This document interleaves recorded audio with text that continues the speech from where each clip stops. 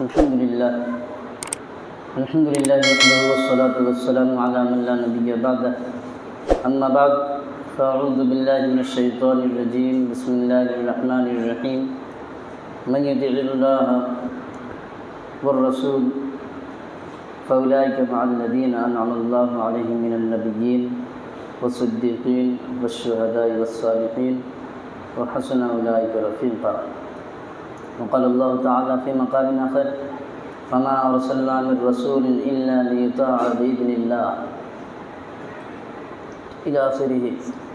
وقال الله تعالى في موضع آخر من يطع الرسول فقد أطاع الله ومن تولى فما أرسلناك عليهم حفيظا. وقال رسول الله صلى الله عليه وسلم أنا بعثت لأتمم مكارم الأخلاق أو كما قال عليه الصلاة والسلام.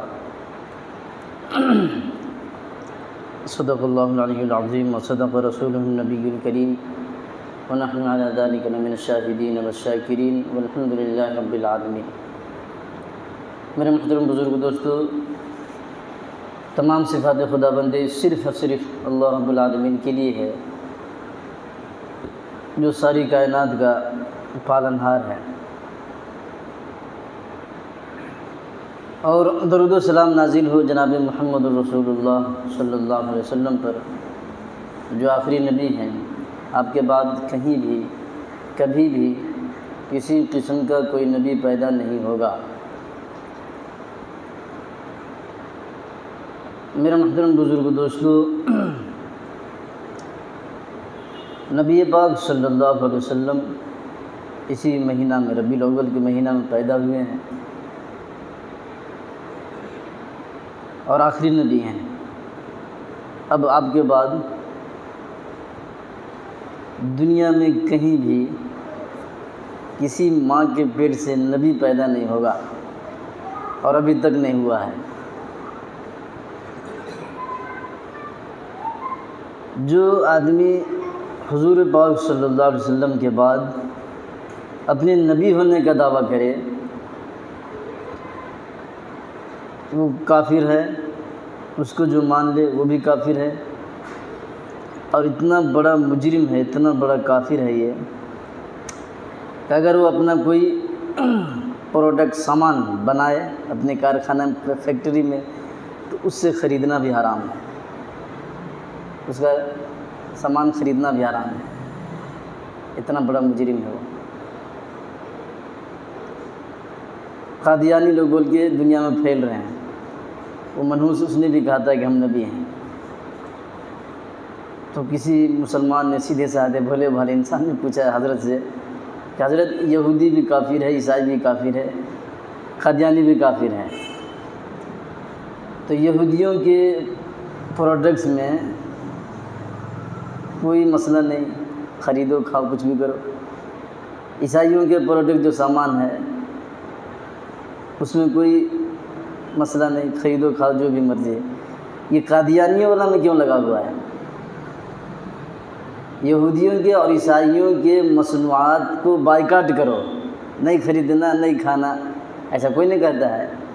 تو یہودیوں کے عیسائیوں کے مصنوعات پر بائیکاٹ نہیں، تو پھر قادیانیوں کے مصنوعات پر پابندی کیوں ہے؟ بائیکاٹ کیوں کیا جا رہا ہے؟ تو اس کا جواب دیا انہوں نے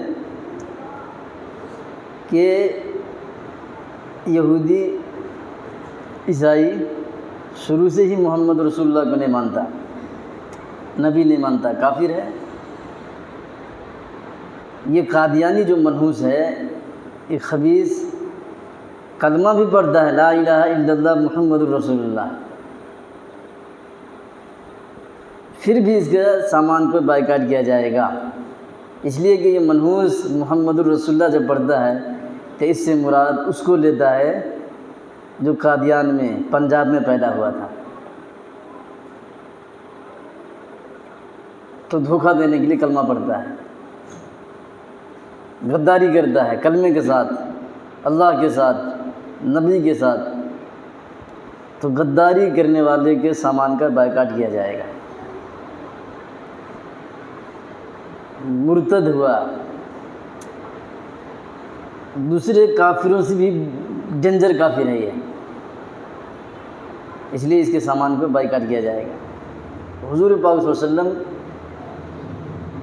وہ ہستی ہیں جن کے بعد کسی نبی کی ضرورت ہی نہیں ہے، اور اللہ تعالیٰ نے آپ پر ایسی کتاب نازل کر دی ہے جس کے بعد کتاب نازل کرنے کی ضرورت ہی نہیں ہے۔ اب کوئی کتاب اتارنے کی ضرورت ہی نہیں ہے، ایسی کتاب اللہ نے نازل کر دی ہے۔ 1400 سال کا زمانہ گزر گیا، اس کے جیسا بنانے والے آئے نہیں بنا سکے، اس کو مٹانے والے آئے نہیں مٹا سکے، اس کو جلانے والے آئے نہیں جلا سکے۔ تو اب تو مان لینا چاہیے کہ اللہ کا کلام ہے۔ بہرحال مجھے بتانا ہے کہ حضور پاک صلی اللہ علیہ وسلم ایسی ہستی ہیں جن کا تعارف، جن کا تذکرہ کرنا، ان کی سیرت پڑھنا دوسروں کے لیے ضروری ہو یا نہ ہو، مسلمان کے لیے ضروری ہے، جن کے بغیر آپ اللہ تک نہیں پہنچ سکتے، اللہ کو نہیں پہچان سکتے، جنت میں نہیں جا سکتے، قبر میں آپ کا گزارا نہیں، نبی کے بغیر گزارا نہیں۔ آپ نبی سے بالکل ناواقف رہیں اور قبر کا مشکل گھڑی آپ کا حل ہو جائے، نہیں ہو سکتا۔ نبی سے آپ بالکل ناواقف رہیں اور جنت میں چلے جائیں، نہیں ہو سکتا، ایک دم بالکل ناممکن ہے، نو چانس۔ ان کی ہسٹری، ان کی تاریخ، ان کی سیرت پڑھنا پڑے گا، سیکھنا پڑے گا، سننا پڑے گا، ان کا تذکرہ کیے بغیر آپ مسلمان نہیں ہو سکتے۔ اور اس سے بڑی بات کیا بتاؤں، ان کا تذکرہ کیے بغیر آپ مسلمان نہیں ہو سکتے۔ وہ ہستی ہے محمد رسول اللہ صلی اللہ علیہ وسلم کی، اور نام اللہ نے ایسا رکھ دیا ہے کہ جو عشق کرنے والے ہیں، اللہ کی محبت، اللہ کے نبی حضور پاک صلی اللہ علیہ وسلم سے محبت کرنے والے ہیں، ان کے نام لینے میں بھی ان کو مزہ آ جاتا ہے۔ ان کے نام کا تلفظ اس وقت تک ادا نہیں ہوگا جب تک کہ محبت کے ساتھ دونوں ہونٹ آپس میں مل نہ جائیں، اور اس سے زیادہ محبت کیا چاہیے۔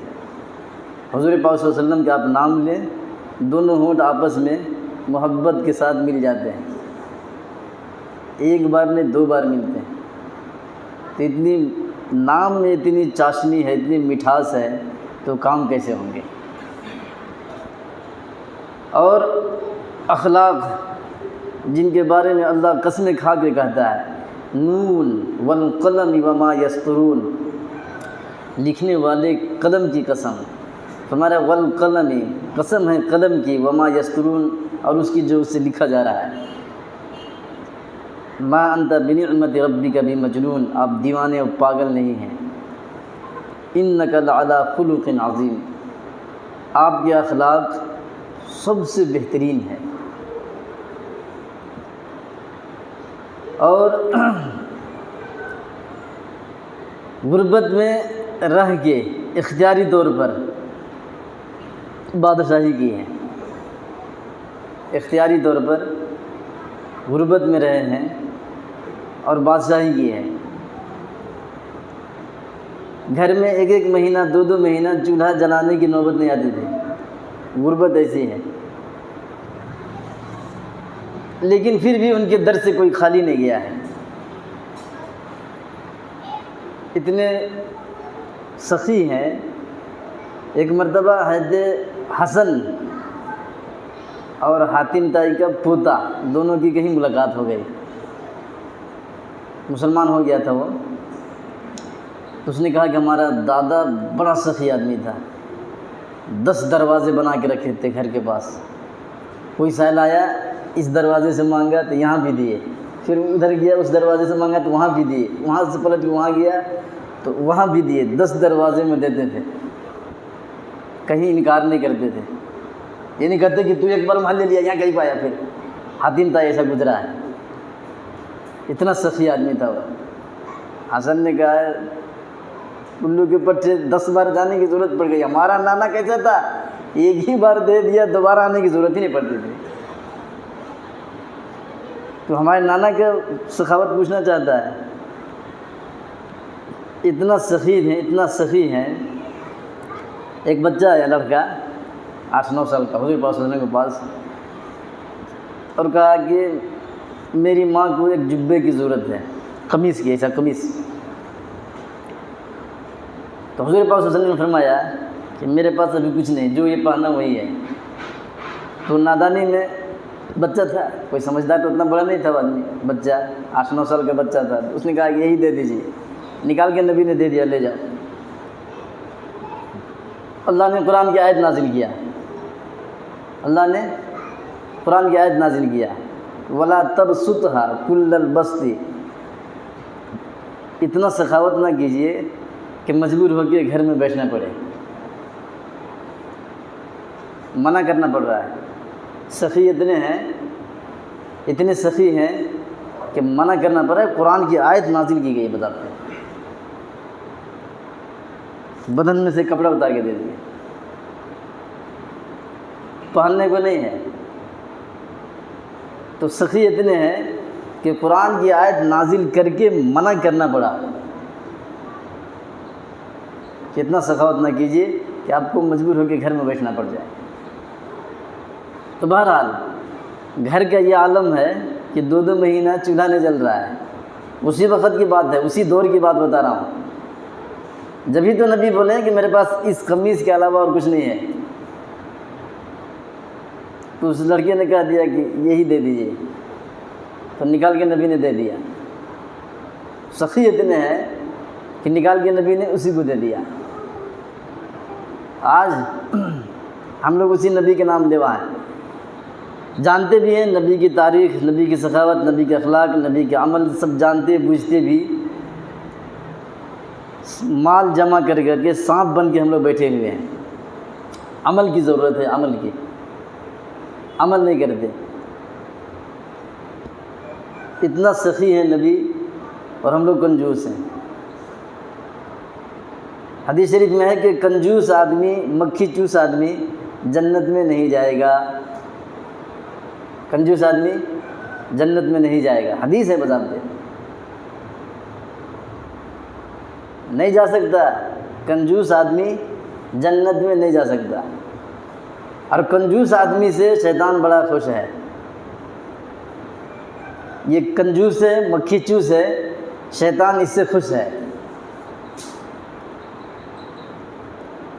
اس لیے کہ جان گیا، اس کو پتہ ہے کہ یہ کنجوس ہے تو میرا ساتھی ہے، یہ میرا جہنمی ساتھی ہے، اس لیے اسے خوش رہتا ہے۔ تو اتنا ایسا کنجوس نہ بنے۔ اب بھلا یہ حدیث سننے کے بعد کون اپنے آپ کو کنجوس کہے گا؟ کوئی کہہ سکتا ہے کہ ہم کنجوس ہیں؟ میں آپ کو بتا دے رہا ہوں کنجوس کون ہے۔ جو آدمی زکوٰۃ ادا نہ کرے وہ کنجوس ہے، جو آدمی زکوٰۃ ادا نہ کرے وہ کنجوس ہے۔ لفظوں پہ اچھی طرح غور کیجیے گا، زکوٰۃ نہ دینے کا رہا ہوں میں۔ جو آدمی زکوٰۃ ادا نہ کرے وہ کنجوس ہے۔ ایک ہوتا ہے زکوٰۃ دینا، ایک ہوتا ہے زکوٰۃ ادا کرنا۔ ایک زکوٰۃ دینا الگ چیز ہے، زکوٰۃ ادا کرنا الگ چیز ہے۔ سمجھ رہے میری بات؟ زکوٰۃ دینا الگ چیز ہے، زکوٰۃ ادا کرنا الگ چیز ہے۔ اب اس کو تفصیل سے سمجھیے۔ آپ کے اوپر زکوٰۃ فرض ہو گیا، مثال کے طور پہ بتا رہا ہوں، 10,000 اور آپ نے دیا 2,000، اس کو کہتے ہیں زکوٰۃ دینا۔ اس کو کیا کہتے ہیں؟ زکوٰۃ دینا۔ آپ کے اوپر زکوٰۃ فرض ہوا 10,000 اور آپ نے مکمل 10,000 دیا، اس کو کہتے ہیں زکوٰۃ ادا کرنا۔ سمجھا رہی بات؟ اتنے بڑے بڑے مالدار، کروڑ پتی، لاکھوں کے مالک بیٹھے ہیں، ان کو اتنا بھی پتہ نہیں کہ ہمارے اوپر زکوٰۃ کتنا فرض ہے۔ جب پتہ نہ ہو تو ادا کیسے ہوگا، یہ مجھے سمجھ میں نہیں آتا۔ آپ اپنے پورے آمدنی کا روپیہ پیسہ، سونا چاندی جتنا ہے پورا حساب کرتے ہی نہیں کبھی زندگی میں، تو آپ کو کیسے پتہ چلے گا کہ میرے اوپر کتنا زکوٰۃ فرض ہوا؟ تو زکوٰۃ تو ادا نہیں کرتے ہیں. تو جو آدمی زکوٰۃ ادا نہ کرے وہ کنجوس ہے. سمجھ رہے ہیں؟ جو آدمی زکوٰۃ ادا نہ کرے وہ کنجوس ہے، جنت میں نہیں جائے گا. اسی لیے زکوٰۃ ادا نہیں کیا تو کنجوس ہے، اور کنجوس آدمی جنت میں نہیں جائے گا. اور سخی آدمی، کہاوت ہے کہ سخی کے مال میں سب کا حصہ ہوتا ہے، انہیں کہ سب کو اس میں حصہ ہے. وہ سخاوت کی بنا پر سب کو دے دیتا ہے. یہ جو کہاوت ہے نا، محاورہ، کہ سخی کے مال میں، سخی کی کمائی میں سب کا حصہ ہوتا ہے، سب کا اس میں اپنا واجبی حق فرض نہیں ہوتا ہے، وہ اپنی سخاوت کی بنا پر سب کو دے دیتا ہے. سخی آدمی سے شیطان ناراض ہے، اس کو تکلیف ہوتی ہے. سخی آدمی سے شیطان ڈرتا ہے کہ یار یہ کہاں بولے وہاں اپنا روپیہ پیسہ خرچ کرتے رہتا ہے، اس کی عادت ہے، یہ تو بڑا پریشان کر کے رکھا ہوا ہے. کہیں پہ کسی مجبور، لاچار، بے بس کسی آدمی، ایسے آدمی کو دے دے گا پیسہ کہ وہ غریب لاچار اس کو دل سے دعائیں دے دے گا، اس کا بیڑا پار ہو جائے گا. تو سخی آدمی سے شیطان پریشان رہتا ہے. اس لیے سخی بنے. اب سخی کون ہے؟ سب تو سخی حاتم طائی بنے بیٹھے رہتے ہیں کہ ہم حاتم طائی ہیں. قیامت کی نشانیوں میں سے ایک نشانی یہ بھی ہے کہ قیامت کے قریب مال کنجوسوں کے پاس، بخیلوں کے پاس چلا جائے گا.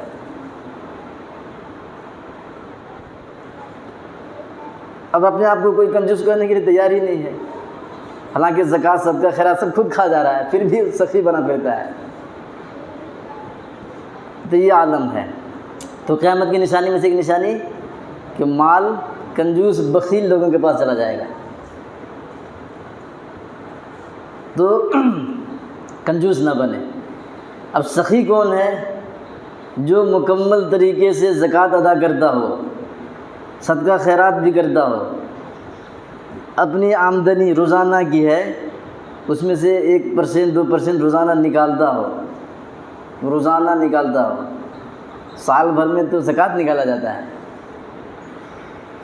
یہ فطرہ وہ بھی سال بھر میں ایک بار نکالا جاتا ہے. قربانی دینے کے لیے کچھ خریدا، خرچہ کیا، وہ بھی سال میں ایک بار کیا جاتا ہے. روزانہ کی کمائی میں 10%، 4%، 5% نکالتا ہو روزانہ. کون تو ہے اس میں، اس مجلس میں جتنے آدمی بیٹھے، کوئی ہے جو روزانہ نکالتا ہو اپنی کمائی میں سے 10% یا 5%، 1% ہی صحیح، روزانہ نکالتا ہو. روزانہ جتنا پیسہ کمایا دن ساری محنت کر کے، رات میں حساب کرنا ہے اتنا پیسہ آیا ہے، اس میں سے 1% نکالنا ہے. نکالنا ہے تو نکالنا ہے، روز نکالنا ہے. ایسا ہے کوئی؟ جب کوئی نہیں ہے تو حاتم طائی کیسے بن جاتے ہیں؟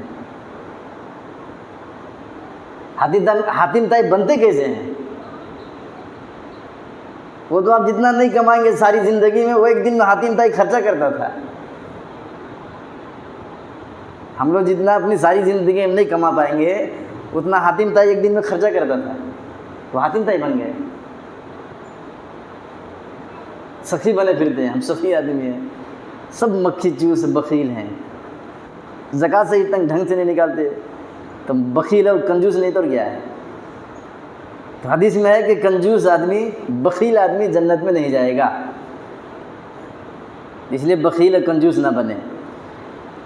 تو نبی پاک صلی اللہ علیہ وسلم اتنے سخی ہیں کہ قرآن کی آیت نازل کر کے اللہ نے منع کیا ہے کہ آپ اتنا سخاوت نہ کیجیے.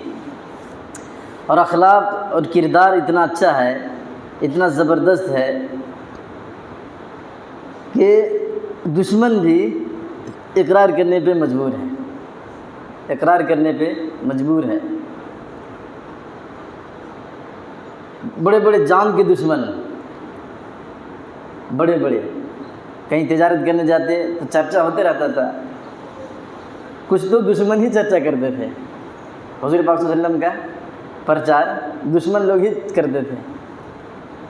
مکہ میں بھی، ملک شام میں، دوسری جگہ کہیں سفر کرنے جاتے، تجارت کرنے، تو وہاں جا کے دشمن لوگ کرتے تھے. وہ اپنے خیال سے نبی کی برائی کرتے تھے لیکن نبی کا پرچار ہو جاتا تھا۔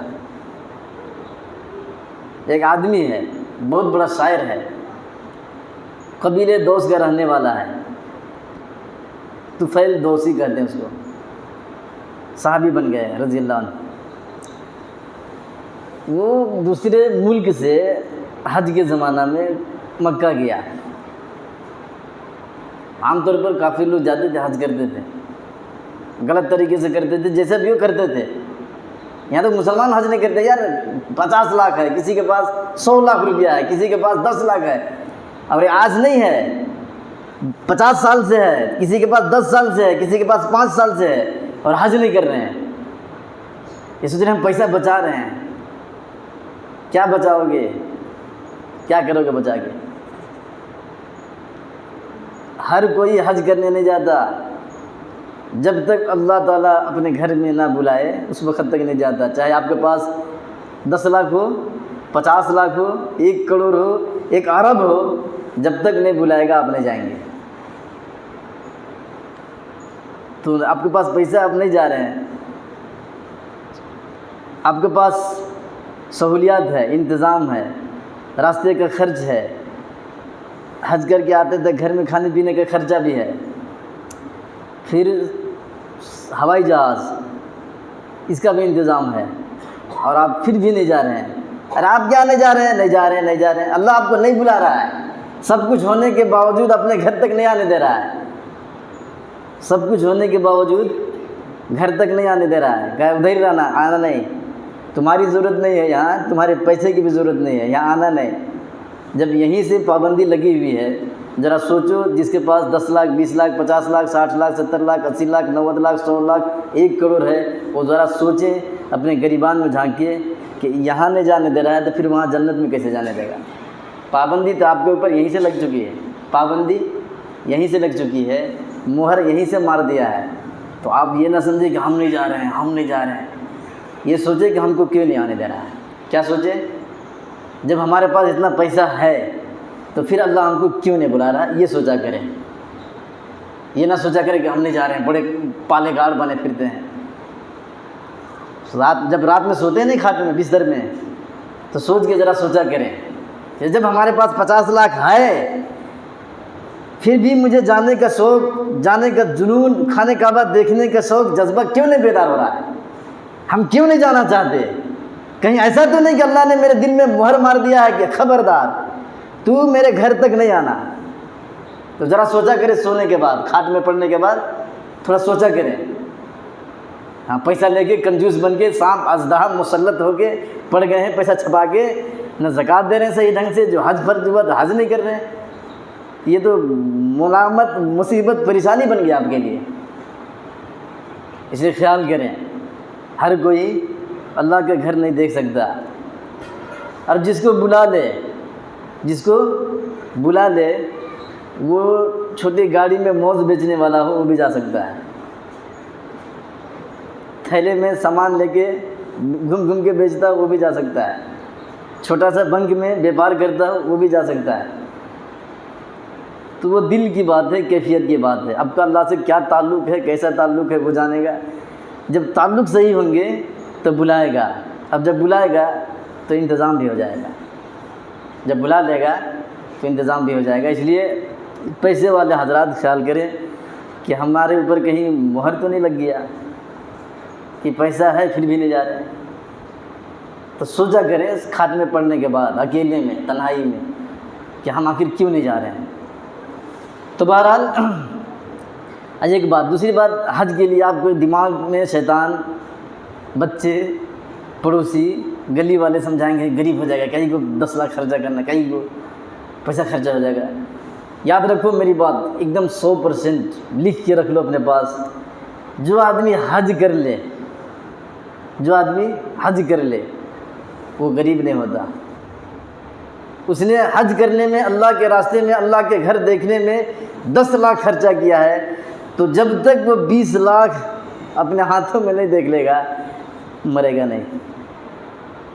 اللہ ایک کا بدلہ 10 دیتا ہے، آپ اللہ کے گھر کے دیدار کے لیے 10 لاکھ اگر خرچہ کر دیں گے تو 10 کا 10 گنا بڑھا کے دے گا تو کروڑ بن جاتا ہے۔ اب ڈرتے کیسے ہیں؟ اللہ کے اوپر بھروسہ، ایمان، یقین کچھ ہے نہیں، خرچہ کر دیں گے، اتنا پیسہ ویسٹ کہیں کو کرنا ہے۔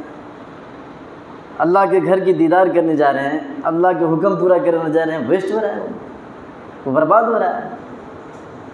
اس لیے خیال کریں، پیسے والے حضرات ذرا اس جملے پر غور کیے۔ تو حضور پاک صلی اللہ علیہ وسلم کی ذات ایسی ہے جن کے تذکرہ کے بغیر، جن سے واقفیت کے بغیر آپ جنت میں نہیں جا سکتے، آپ مسلمان نہیں ہو سکتے، آپ دیندار نہیں ہو سکتے، آپ کی نماز نہیں ہو سکتی، آپ کا کلمہ نہیں ہو سکتا۔ وہ ذات ایسی ہے۔ اگر آپ کو جہنم سے بچنا ہے تو محمد الرسول اللہ صلی اللہ علیہ وسلم کی ذات سے واقف ہونا پڑے گا، ان کی سیرت پڑھنی پڑے گی، ان کی صورت، ان کی سیرت اپنانا پڑے گا۔ نبی پاک صلی اللہ علیہ وسلم کی حسن و جمال ایسا ہے کہ بیان کرنے والے بھرپور بیان بھی نہیں کر سکتے۔ وہ آج کل کے علماء، عالم، واعظ، مصنف، ادیب، شاعر کیا بیان کریں گے؟ جن لوگوں نے دیکھا ہے وہ بھی نہیں کر سکتے۔ حسن و جمال کو جن لوگوں نے دیکھا ہے وہ بھی نہیں کر سکتے۔ اللہ نے ایسا بنایا تھا۔ شمائل ترمذی بول کے کتاب ہے حدیث کی، ساری دنیا میں مشہور ہے، ساری دنیا میں۔ اس میں نبی کی تعریف، نبی کے حسن و جمال، اوپر سے لے کے نیچے تک، سر کے بال سے لے کے نیچے پاؤں کے تلوے تک سب بیان کیا ہوا ہے۔ پھر بھی سننے والوں کا پیٹ نہیں بھرتا، بولنے والوں کے ان کو صبر نہیں ہوتا کہ اور کیا بولیں۔ ایسا ہے، بال چمکدار تھے، کالے، بالکل گھنگھریالے، بالکل سیدھا نہیں، ایک دم بالکل کالے، کبھی کان کے لو تک، کبھی کندھے تک۔ ایسا اللہ نے، وہ ان کا حسن و جمال ایسا تھا۔ اور سیدھے ڈھنگ سے، اچھی طریقے سے بیچ میں سے مانگ نکال لیتے تھے۔ داڑھی ایسی تھی، گول، چاند دکھتا ہے نہیں، 4-5 دن کا نکلے تو گول ایسا رہتا ہے، ایسا داڑھی۔ اور چہرہ اتنا چمکدار تھا، اتنا چمکدار، ایک صحابی بیان کرتے ہیں کہ 14ویں کے چاند تھا، حضور پاک صلی اللہ علیہ وسلم کالی کملی، کالی چادر اوڑھ کے بیٹھے تھے، دھاری والا تھا مسجد نبوی میں۔ میں اندر سے آیا تو کبھی چاند کو دیکھتا ہوں، کبھی مسجد نبوی میں بیٹھے امام الانبیاء کو دیکھتا ہوں، مجھے سمجھ میں نہیں آیا چاند یہ ہے یا وہ ہے۔ جو جس نے دیکھا ہے اس کی یہ حالت ہے۔ وہ فرماتے ہیں کہ مجھے سمجھ میں نہیں آیا چاند یہ ہے یا وہ ہے، یہ زمین میں جو بیٹھا ہے یہ چاند ہے یا وہ جو آسمان میں لٹکا ہوا وہ چاند ہے۔ وہ دیکھنے والے کی یہ حالت ہے۔ جسم اللہ نے ایسا بنایا تھا، معتدل میں، جو قد ہے نا، قد 5.5 فیٹ بولتے ہیں، کوئی 5.5 سے کم ہے تو گدھا بولتے ہیں اسے، جو 5.5 فٹ سے زیادہ ہے تو اسے لمبو بولتے ہیں، اونٹ بولتے ہیں، اونٹ ہے یہ آرا نام۔ نبی کو اللہ نے ایسا بنایا تھا، درمیانی قد 5.5 فٹ کا، لیکن کتنا لمبا بھی آدمی آ جائے نبی کے پاس تو نبی اس سے لمبے ہو جاتے تھے۔ نبی، وہ نبی کے سامنے جب سامنے کھڑا ہو جائے تو نبی سے اونچا نہیں ہوتا تھا، نیچا ہی رہتا تھا۔ ایسا ہو سکتا ہے کبھی، لیکن اللہ نے بنایا تھا۔ اسی کو حضرت حسان رضی اللہ تعالیٰ عنہ بیان کرتے ہیں، وَأَحْسَنَ مِنْكَ لَمْ تَرَ قَطُّ عَيْنِي وَأَحْسَنَ مِنْكَ لَمْ تَرَ قَطُّ عَيْنِي وَأَجْمَلَ مِنْكَ لَمْ تَلِدِ النِّسَاءُ خُلِقْتَ مُبَرًّا مِنْ كُلِّ عَيْبٍ كَأَنَّكَ قَدْ خُلِقْتَ كَمَا تَشَاءُ۔ کیا زبردست انہوں نے بیان کیا ہے۔ فرمایا وَأَحْسَنَ مِنْكَ لَمْ تَرَ قَطُّ عَيْنِي، آپ سے زیادہ حسین میری آنکھ نے کبھی بھی نہیں دیکھا۔ نبی کی تعریف کیا انہوں نے، آپ سے زیادہ حسین میری آنکھ نے کبھی بھی نہیں دیکھا۔ وحید حسان رضی اللہ تعالیٰ عنہ مکہ ہی میں رہے تھے، مکہ مدینہ کے اتنا ہی سفر انہوں نے کیا تھا، اس لیے انہوں نے وہیں تک کہا۔ اگر ساری دنیا کا چکر لگا دیے ہوتے تو کہتے وَأَحْسَنَ مِنْكَ لَمْ تَرَ قَطُّ عَيْنٍ، کہ آپ سے زیادہ حسین کسی آنکھ نے نہیں دیکھا۔ لیکن صرف انہوں نے اتنا ہی کہا جہاں تک وہ پھرے تھے، جہاں تک چلے تھے۔ تو فرمایا وَأَحْسَنَ مِنْكَ لَمْ تَرَ قَطُّ عَيْنِي، آپ سے زیادہ حسین میری آنکھ نے کبھی بھی نہیں دیکھا۔ وَأَجْمَلَ مِنْكَ لَمْ تَلِدِ النِّسَاءُ، آپ سے زیادہ خوبصورت کسی عورت نے جنا ہی نہیں ہے۔ خُلِقْتَ مُبَرًّا مِنْ كُلِّ عَيْبٍ، آپ کو ہر عیب سے پاک پیدا کیا گیا ہے. خلقت مبرم من کل عیب، آپ کو ہر عیب سے، جسمانی برائیوں سے، عیب سے، نشانات سے اللہ نے پاک پیدا کیا ہے. کأنک قد خلقت کما تشاء، ایسا پیدا کیا ہے جیسا آپ نے چاہا تھا، جیسی آپ کی چاہت تھی. مطلب اللہ نے ایسا آپ کو بنایا ہے، لگتا ہے کہ اللہ نے آپ سے پوچھ کے بنایا ہے. آپ کے جسم کے حصہ کو، سر کے بال کو آپ سے پوچھ کے بنایا ہے، پیشانی کو آپ سے پوچھ کے بنایا ہے، یہ آنکھوں کو آپ سے پوچھ کے بنایا ہے، یہ آنکھوں کے اوپر جو پلک ہے آپ سے پوچھ کے بنایا ہے، یہ ناک ہے اللہ نے آپ سے پوچھ کے بنایا ہے، یہ ہونٹ ہے، یہ دانت ہے، یہ چہرہ ہے، یہ داڑھی ہے، یہ زلفوں والی بال ہے، یہ اللہ نے آپ سے پوچھ کے بنایا ہے، یہ منڈا ہے اللہ نے آپ سے پوچھ کے بنایا ہے. وہ حضرت حسان رضی اللہ تعالیٰ عنہ نے ایسا ترتیب وار بیان کر دیا. کأنک قد خلقت کما تشاء، اللہ نے آپ کو ایسا پیدا کیا جیسا آپ چاہ رہے تھے، ایسا اللہ نے بنایا ہے. تو جب چلتے تھے تو یوں سامنے وزن زیادہ پڑتا تھا، ایسا لگتا کہ اوپر اونچائی جگہ سے اتر رہے ہیں. حضور پاک صلی اللہ علیہ وسلم کہ پاؤں ہے نہیں، پاؤں تلوا نیچے، ہم لوگ کو تھوڑا گڑھے کے نہ رہتا ہے، دیکھو برابر نہیں ہے، ان کا برابر تھا. یہ رگاں دیکھتے رہتے ہم لوگوں کے، ان کا دکھتا نہیں تھا. تو جنہوں نے دیکھا ہے حسن محمد کو وہ خود بیان کر رہے ہیں کہ کأنک قد خلقت کما تشاء، آپ کو اللہ نے ایسا پیدا کیا جیسا آپ چاہ رہے تھے. تو نبی کا تذکرہ کیے بغیر آدمی مسلمان نہیں ہو سکتا، ایمان والا نہیں ہو سکتا، عمل والا نہیں ہو سکتا، دیندار نہیں ہو سکتا، جنت میں نہیں جا سکتا، قبر میں کام نہیں چلتا، جہنم سے بچ نہیں سکتا.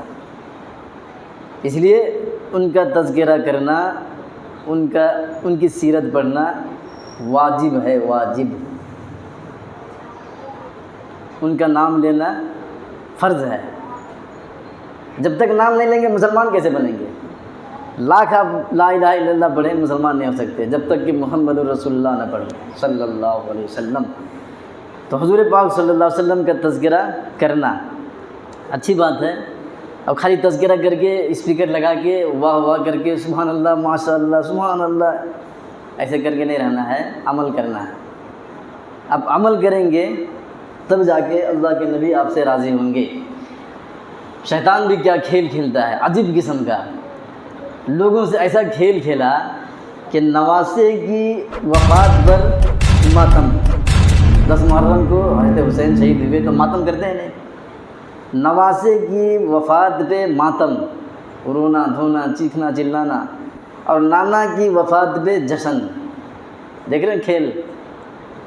نواسہ کے انتقال ہوا، شہید ہوئے تو ماتم کر رہے ہیں، رو رہے ہیں، اور نبی کا انتقال ہوا تو جشن منا رہے ہیں، خوشی. انتقال نبی پاک صلی اللہ علیہ وسلم دنیا سے جو گئے ہیں 9 ربیع الاول کو چلے گئے، 12 ربیع الاول کو دفن کر دیے گئے، 3 دن ٹائم لگا ہے. خوشی کب منا رہے ہیں؟ ربیع الاول کو منا رہے ہیں، 12 ربیع الاول کو منا رہے ہیں. تو 9 کو انتقال ہوا ہے، 12 کو دفن کر دیے ہیں، 9 10 11 12 خوشی منا رہے ہیں اسی تاریخ میں. خوشی کب منا رہے ہیں؟ اسی تاریخ میں منا رہے ہیں.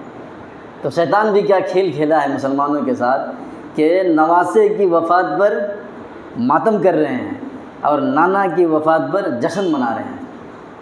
ایسا بھی ہوتا ہے. اللہ تعالیٰ ہم سب کو سمجھنے کی، نبی پاک صلی اللہ علیہ وسلم سے محبت، ان کی سیرت پڑھنے کی اللہ تعالیٰ ہم سب کو توفیق عطا فرما دے. آمین. وآخر دعوانا ان الحمد للہ رب العالمین.